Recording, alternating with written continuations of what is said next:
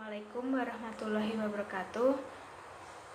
Hai, perkenalkan nama saya Elisa Risma Iswara, NIM 1805520078. Pada kesempatan kali ini saya akan membahas sedikit materi dari matkul akuntansi perbankan syariah, yaitu tentang akad mudharabah. Di sini saya menggunakan buku karangan dari Kausar sebagai pedoman materi saya. Sebelum masuk ke materi, saya akan memperkenalkan apa saja yang saya akan bahas, yaitu yang pertama saya akan membahas tentang pengertian akad mudharabah, jenis-jenis akad mudharabah, kemudian rukun dan ketentuan akad mudharabah, kemudian yang terakhir saya juga akan bahas tentang akuntansi mudharabah bagi bank syariah selaku pemilik dana. Langsung saja kita akan masuk ke materi yang pertama, yaitu tentang pengertian akad mudharabah. Akad mudharabah merupakan akad kerjasama usaha antara pemilik dana dan pengelola dana untuk melakukan suatu kegiatan usaha. Kemudian laba yang dihasilkan itu dibagi atas dasar nisbah bagi hasil menurut kesepakatan kedua belah pihak. Sedangkan apabila terjadi kerugian, maka akan ditanggung sendiri oleh pemilik dana. Kemudian akad mudharabah ini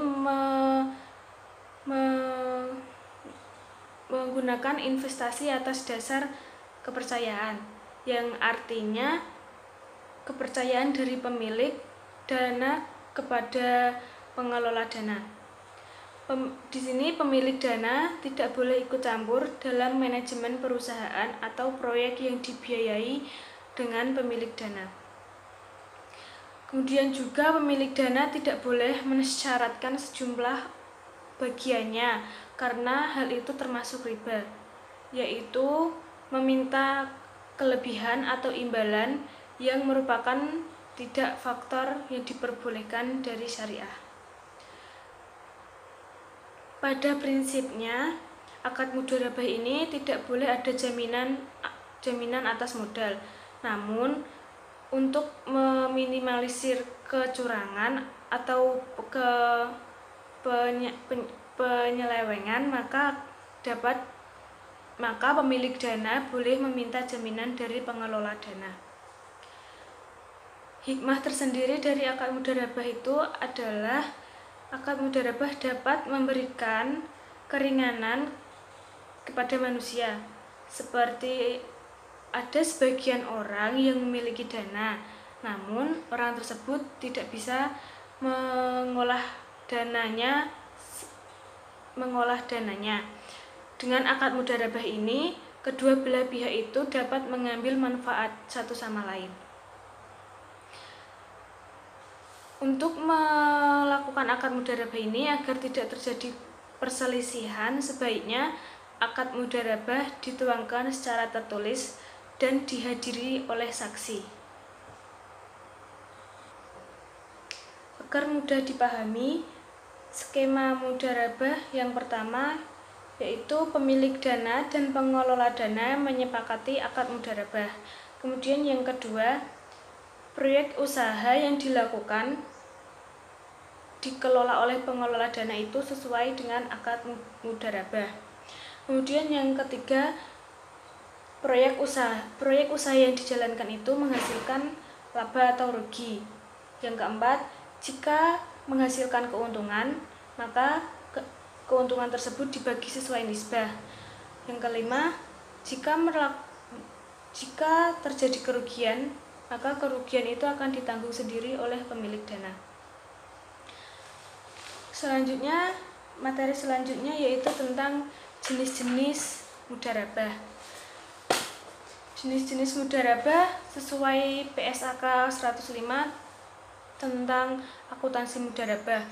Akad mudharabah dibagi menjadi 3 jenis, yaitu mudharabah mutalakah, mudharabah mukayah, dan mudharabah mustarakah. Saya akan membahas tersendiri dari ketiga jenis tersebut. Yang pertama yaitu mudharabah mutalakah. Mudharabah mutalakah yaitu jenis mudharabah di mana pemilik dana memberikan kebebasan kepada pengelola dana dalam melakukan investasinya. Namun, dalam hal ini pengelola dana tidak boleh seenaknya sendiri dalam mengelola dana, harus sesuai dengan kesepakatan awal. Pengelola dana memiliki kewenangan untuk melakukan apa saja dalam pelaksanaan bisnis yang telah disepakati. Namun, apabila pengelola dana melakukan kelalaian, maka harus bisa bertanggung jawab sesuai kesepakatan. Dalam mudharabah mutalakah di bank syariah, nasabah yang menyimpan dananya di bank syariah tidak memberikan batasan bagi bank syariah dalam mengelola dana yang disimpannya. Bank syariah itu bebas untuk menetapkan akad seperti apa yang nantinya dipakai ketika menyalurkan pembiayaan, seperti kepada siapa pembiayaan itu diberikan, usaha seperti apa yang harus dibiayai. Jenis yang kedua yaitu mudharabah muqayyadah. Mudharabah muqayyadah yaitu jenis mudharabah di mana pemilik dana memberikan batasan kepada pengelola dana mengenai lokasi, cara, atau objek investasi yang akan dikelola. Di bank syariah, nasabah menyimpan dananya di bank syariah memberikan batasan-batasan tertentu kepada bank syariah dalam menggunakan dana yang disimpannya. Pada prinsip ini, nasabah memberikan satu atau beberapa batasan seperti usaha apa yang harus dibiayai dan akad yang digunakan atau kepada nasabah yang mana. Jenis yang ketiga yaitu mudharabah mustarakah.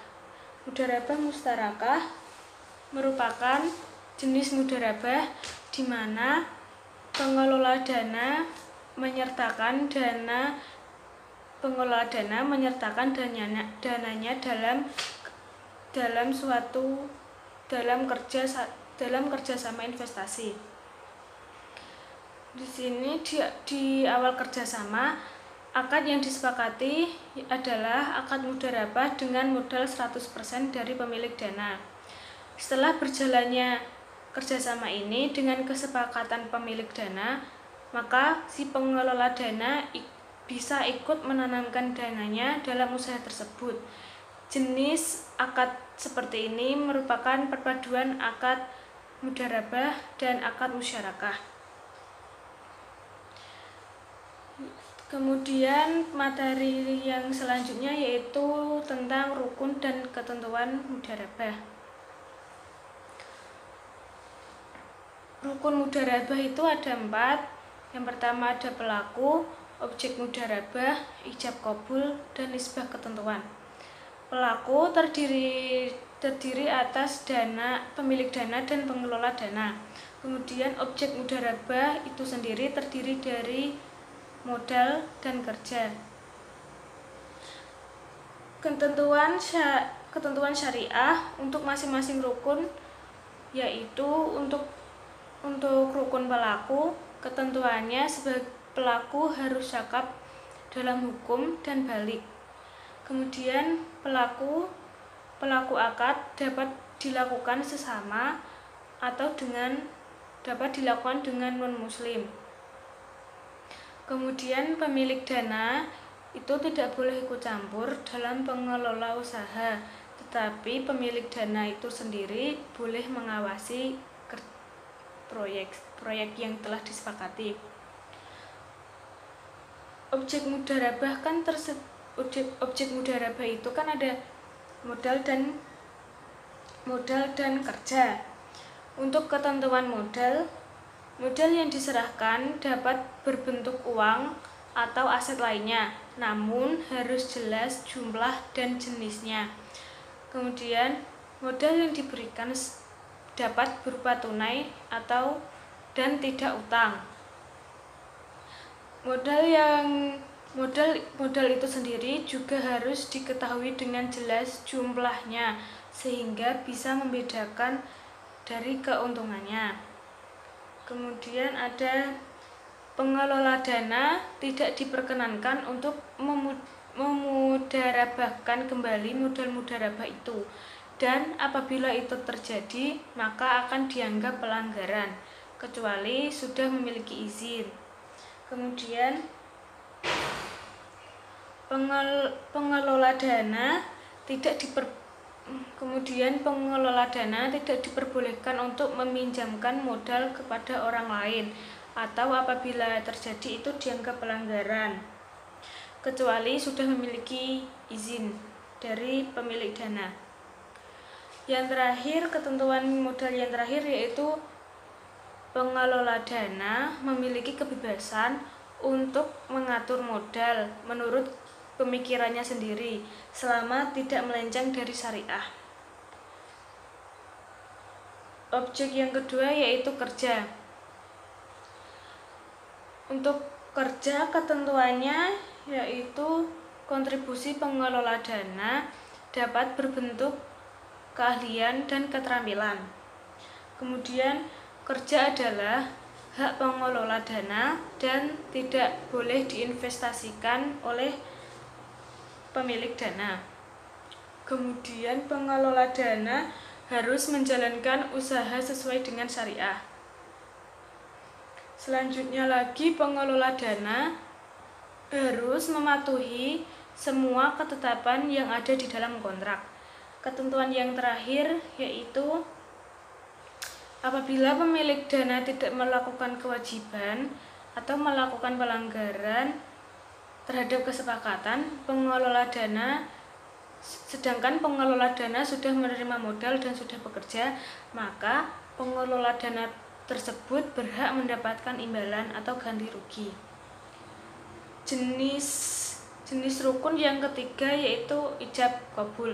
Ijab qabul yaitu pernyataan atau ekspresi saling ridho di antara pihak pelaku akad yang dilakukan secara verbal tertulis maupun korespondensi atau menggunakan cara komunikasi modern.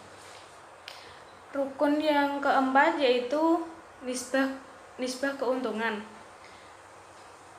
Ketentuan dari nisbah keuntungan yaitu nisbah adalah besaran yang digunakan untuk pembagian keuntungan, mencerminkan imbalan yang berhak diterima oleh kedua pihak yang bermudharabah dan keuntungan yang diperoleh. Dan perubahan nisbah harus berdasarkan kesepakatan kedua belah pihak. Ketentuan nisbah keuntungan yang terakhir yaitu pemilik dana tidak boleh meminta pembagian keuntungan dengan menyatakan nilai karena dapat menimbulkan riba. Akad mudharabah itu tersendiri mempunyai waktu yang tidak tertentu dan tidak terbatas, tetapi semua pihak berhak menentukan jangka waktu kontrak kerjasama dengan memberitahukan pihak lainnya.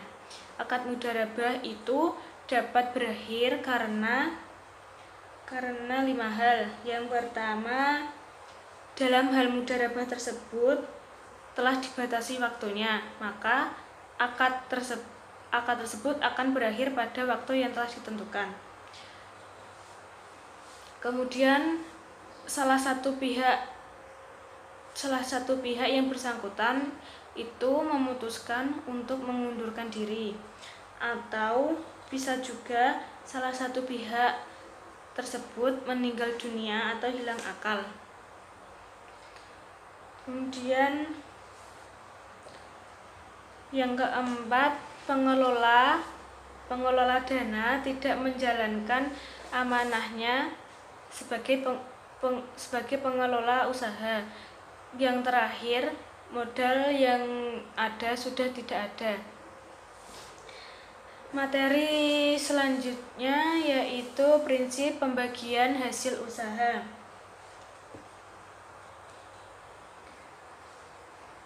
Pembagian hasil mudharabah dapat dilakukan berdasarkan pengakuan penghasilan usaha mudharabah. Dalam praktik dapat diketahui berdasarkan laporan bagi hasil atau realisasi penghasilan hasil usaha dari pengelola dana. Tidak diperkenankan mengakui pendapatan dari proyek hasil usaha.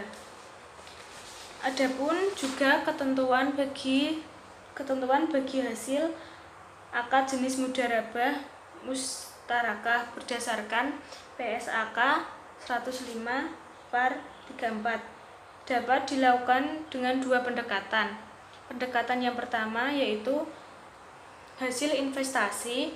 Hasil investasi dibagi antara pengelola dana dan pemilik dana sesuai nisbah yang telah disepakati. Selanjutnya, bagian hasil investasi telah dikurangi untuk pengelola dana tersebut. Kemudian dibagi antara pengelola dana dengan pemilik dana sesuai dengan porsi modal masing-masing. Pendekatan yang kedua yaitu hasil investasi dibagi antara pengelola dana dan pemilik dana sesuai dengan porsi modal masing-masing. Selanjutnya, bagian hasil investasi setelah dikurangi untuk pengelola dana tersebut dibagi antara pengelola dana dan pemilik dana sesuai dengan nisbah awal yang telah disepakati. Kemudian akuntansi mudharabah. Materi yang selanjutnya yaitu akuntansi mudharabah bagi bank syariah selaku pemilik dana. Dalam materi tentang akuntansi mudharabah bagi bank syariah selaku pemilik dana ini saya akan membahas 3 kategori, yaitu yang pertama pengenalan akun-akun neraca, yang kedua pengenalan akun-akun di laporan laba rugi, dan yang ketiga ada pengukuran dan pengakuan dan pengukuran. Sedangkan pengakuan dan pengukuran itu sendiri dibagi menjadi 3 bagian, yaitu pengakuan dan pengukuran investasi mudharabah, pengakuan dan pengukuran pendapatan bagi hasil, dan yang terakhir pengakuan dan pengukuran pada saat akhir akad. Untuk materi yang pertama yaitu pengenalan akun-akun neraca. Untuk akun neraca tersendiri itu ada 4 bagian. Yang pertama yaitu investasi mudharabah. Dalam rekening investasi mudharabah ini, rekening ini digunakan untuk mencatat modal mudharabah yang telah diberikan oleh pemilik dana kepada pengelola baik uang tunai maupun aset uang kas. Rekening ini akan berada di debit pada saat penyerahan modal mudharabah dari pemilik dana kepada pengelola, kemudian akan berada di debit, kemudian akan berada di kredit pada saat penerimaan kembali modal mudharabah dari pengelola dana. Jenis yang kedua yaitu piutang pendapatan bagi hasil. Rekening ini digunakan untuk mencatat bagi hasil yang telah dihitung oleh nasabah tetapi belum diberikan kepada bank syariah sebagai pemilik dana. Rekening ini akan berada di debit pada saat dilakukan pengakuan pendapatan dan akan berada di kredit pada saat penerimaan atau pembayaran bagi hasil diterima bagi pengelola dana. Kemudian yang ketiga ada penyisihan kerugian investasi mudharabah. Rekening ini digunakan untuk mencatat pembentukan penyisihan atau cadangan kerugian atas investasi mudharabah. Rekening ini akan berada di kredit pada saat pengakuan untuk membentuk penyisihan kerugian atau investasi mudharabah, dan akan berada di debit pada saat dilakukan pencatatan untuk penghapusan investasi mudharabah. Yang keempat, ada keuntungan mudharabah tangguhan. Rekening ini digunakan untuk mencatat selisih lebih dari nilai wajar di atas nilai tercatat dari aset non-kas. Rekening ini akan berada di kredit pada saat pembentukan keuntungan mudharabah tangguhan, dan rekening ini akan berada di debit pada saat dilakukan amortisasi keuntungan tangguhan menjadi keuntungan yang telah direalisasi. Selanjutnya, materi tentang pengenalan akun-akun di laporan laba rugi. Menurut PSAK 105 dijelaskan masing-masing akun yang terdapat di laporan laba rugi. Itu ada tiga jenis. Yang pertama ada pendapatan bagi hasil mudharabah. Rekening ini digunakan untuk mencatat pendapatan bagi hasil mudharabah, baik yang telah diterima secara tunai maupun akural. Kemudian rekening ini akan berada di kredit pada saat penerimaan dan pengakuan pendapatan, dan akan berada di debit pada saat dipindahkan ke rekening ikhtisar laba rugi pada akhir periode laporan keuangan. Yang kedua, kerugian investasi mudharabah. Dalam rekening ini digunakan untuk mencatat kerugian yang timbul dalam investasi mudharabah yang disebabkan karena kehilangan, kerusakan, penurunan nilai, dan bukan kelalaian atas pengelola dana. Rekening ini akan berada di debit pada saat timbul kerugian dari investasi mudharabah, dan rekening ini akan berada di posisi kredit pada saat dipindahkan ke rekening ikhtisar laba rugi pada akhir periode laporan keuangan. Pembahasan yang ketiga yaitu keuntungan. Keuntungan penyerahan aset mudharabah.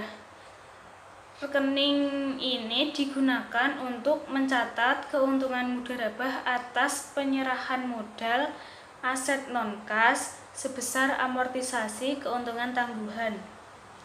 Rekening ini akan berada di kredit pada saat amortisasi keuntungan, dan akan berada di debit pada saat dipindahkan ke rekening ikhtisar laba rugi pada saat periode laporan keuangan, pada saat akhir periode laporan keuangan. Materi yang terakhir yaitu tentang pengakuan dan pengukuran. Pengakuan dan pengukuran ini ada 3 bentuk, yaitu pengakuan dan pengukuran investasi mudharabah, pengakuan dan pengukuran pendapatan bagi hasil, dan yang terakhir yaitu pengakuan dan pengukuran pada saat akad berakhir.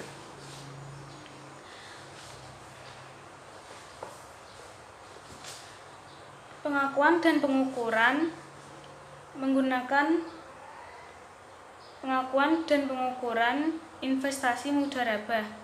Yang pertama, dana mudharabah yang disalurkan oleh pemilik dana diakui sebesar investasi mudharabah pada saat pembayaran kas atau penyerahan aset non-kas kepada pengelola dana. Yang kedua, pengukuran investasi mudharabah. Itu ada 3 bentuk, Yang pertama, investasi mudharaba dalam bentuk kas diukur sebesar jumlah yang telah dibayarkan. Jurnal yang harus dibuat oleh Bank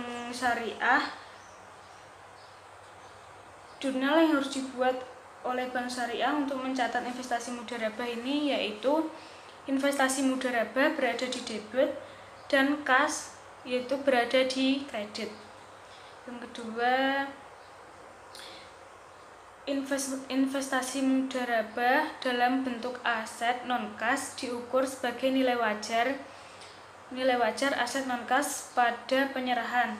Di sini ada dua kemungkinan. Kemungkinan yang pertama yaitu jika nilai wajar lebih tinggi daripada nilai tercatatnya, maka selisihnya akan diakui sebagai keuntungan tangguhan dan diamortisasikan sesuai jangka waktu akad mudharabah. Jurnal yang harus dibuat oleh Bank Syariah yaitu investasi mudharabah berada di posisi debit, keuntungan tangguhan, dan aset non-kas berada di kredit. Kemudian Bank Syariah juga harus membuat jurnal untuk melakukan amortisasi atas keuntungan tangguhan yang telah dicatat sebelumnya. Jurnal yang harus dibuat oleh Bank Syariah yaitu keuntungan tangguhan ada di posisi debit dan keuntungan ada di posisi kredit. Bentuk yang kedua, kemungkinan yang kedua yaitu jika nilai wajar lebih rendah daripada nilai tercatatnya, maka selisihnya akan diakui sebagai kerugian dan diakui pada saat penyerahan aset non-kas. Jurnal yang harus dibuat oleh Bank Syariah yaitu keuntungan tangguhan berada di posisi debit dan keuntungan berada di posisi kredit. Kemudian penurunan nilai jika investasi mudharabah dalam bentuk aset non-kas. Yang pertama, penurunan nilai sebelum usaha dimulai. Jika nilai investasi mudharabah turun sebelum usaha dimulai yang disebabkan rusak, hilang, atau faktor lain yang bukan merupakan kelalaian, maka penurunan nilai tersebut akan diakui sebagai kerugian dan dapat mengurangi saldo investasi mudharabah. Jurnal yang harus dibuat oleh Bank Syariah yaitu kerugian investasi mudharabah berada di posisi debit dan investasi mudharabah berada di sisi kredit. Yang kedua, penurunan nilai setelah usaha dimulai. Jika sebagian investasi mudharabah hilang setelah dimulainya usaha tanpa ada kelalaian atau kesalahan pengelola dana, maka kerugian tersebut tidak langsung mengurangi jumlah investasi mudharabah, namun akan diperhitungkan pada saat pembagian bagi hasil. Jurnal yang harus dibuat oleh Bank Syariah yaitu kerugian investasi mudharabah berada di sisi debit dan penyisihan investasi mudharabah berada di sisi kredit. Kemudian yang ketiga yaitu kerugian. Kerugian yang dimaksud di sini adalah kerugian yang terjadi dalam satu periode sebelum akad mudharabah ini berakhir. Pencatatan kerugian terjadi dalam suatu periode sebelum akad mudharabah berakhir diakui sebagai kerugian dalam bentuk penyisihan kerugian investasi. Jurnal yang harus dibuat oleh Bank Syariah untuk mencatat kerugian sebelum akad berakhir yaitu kerugian investasi mudharabah berada di posisi debit dan penyisihan investasi mudharabah berada di posisi kredit. Selanjutnya, pengakuan pendapatan bagi hasil. Pengakuan dan pengukuran pendapatan bagi hasil ada dua bentuk. Bentuk yang pertama yaitu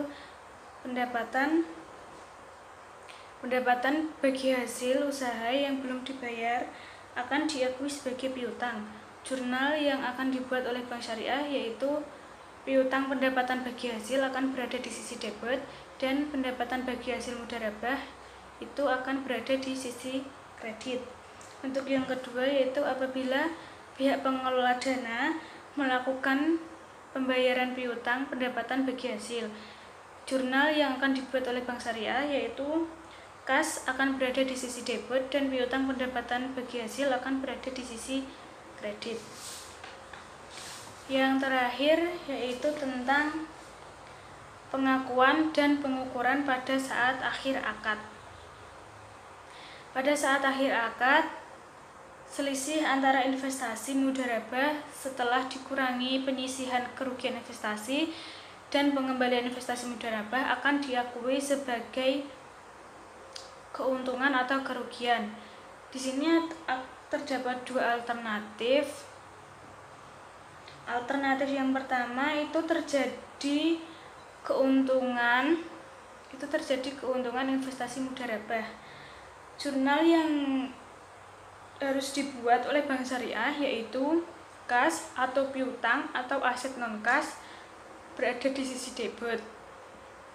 Kemudian penyisihan kerugian investasi mudharabah juga berada di sisi debit.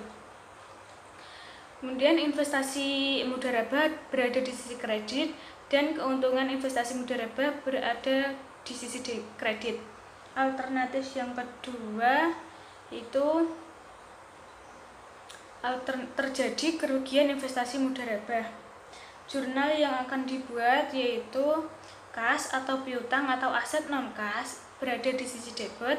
Penyisihan kerugian investasi mudharabah juga berada di debit, dan kerugian investasi mudharabah juga berada di sisi debit. Yang ada di sisi kredit hanya investasi mudharabah. Sekian materi presentasi dari saya. Semoga materi dari saya bisa membantu pengetahuan Anda mengenai tentang akad mudharabah. Apabila materi saya kurang lengkap, saya meminta maaf. Wassalamualaikum warahmatullahi wabarakatuh.